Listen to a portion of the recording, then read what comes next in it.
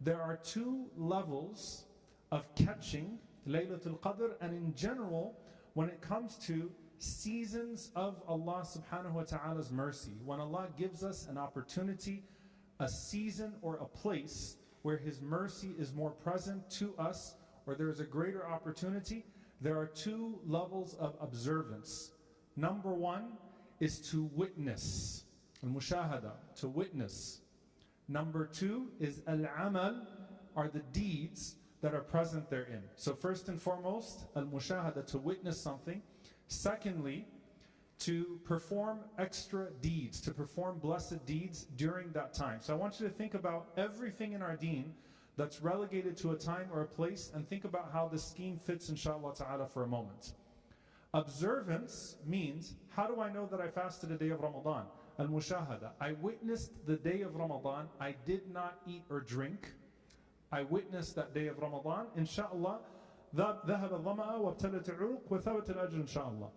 Hopefully the reward of that fast is maintained, it's preserved, so long as I didn't do anything to break my fast. In the physical sense, that would mean nullifying it by eating or drinking. In the spiritual sense, that would mean nullifying it by backbiting or gossiping or lying or arguing or doing something that would compromise it spiritually. Otherwise, I caught that day of Ramadan, I fasted that day of Ramadan. When we talk about Hajj, when we talk about Umrah, when we talk about being present on the day of Arafah, فَلَا رَفَثَ وَلَا فُسُوقَ وَلَا جِدَالَ فِي الْحَجِّ. Allah defines Hajj and the acceptance of Hajj first and foremost by what? The lack of violating that Hajj.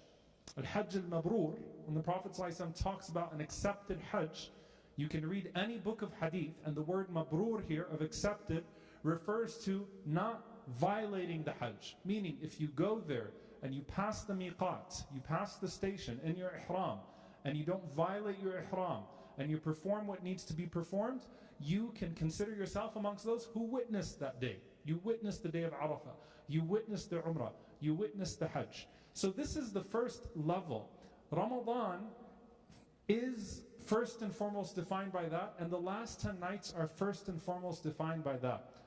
In Salatul Isha, لا يصلاها إلا الأشقى.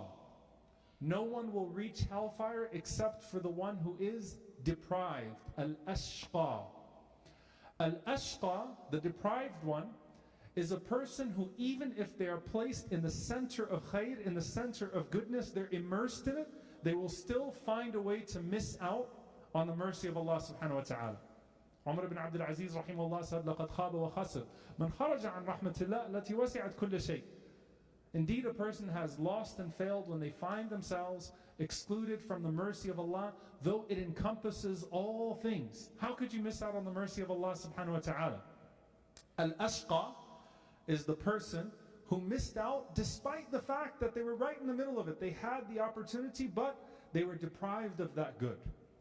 And when the Prophet ﷺ talked about a gathering of goodness, he said, Humul qawm, they are a group of people, if someone is amongst them, La yashqa lahum jalis. A person who is sitting amongst them will not be deprived. I say this to first and foremost give you some hope, but at the same time give you a warning. That as Al-Hafidh ibn Rajab rahimahullah says, you want Laylatul Qadr to be accepted. What counts as catching Laylatul Qadr? As a believer, being awake at the time of Laylatul Qadr, not doing anything to violate it, even if you just prayed Salatul Isha and you prayed Salatul Fajr and you attended some halaqat and you made some dhikr, you didn't backbite, you didn't sin, you didn't insult anybody, you didn't disobey Allah subhanahu wa ta'ala, you are present on the night of Laylatul Qadr, alhamdulillah, that's observing Laylatul Qadr. Inshallah ta'ala, the reward of Laylatul Qadri khayrun min alfi shahr, that the night of Al-Qadr is better than 1,000 months, has been written for you. That is the mercy of Allah subhanahu wa ta'ala that you start with.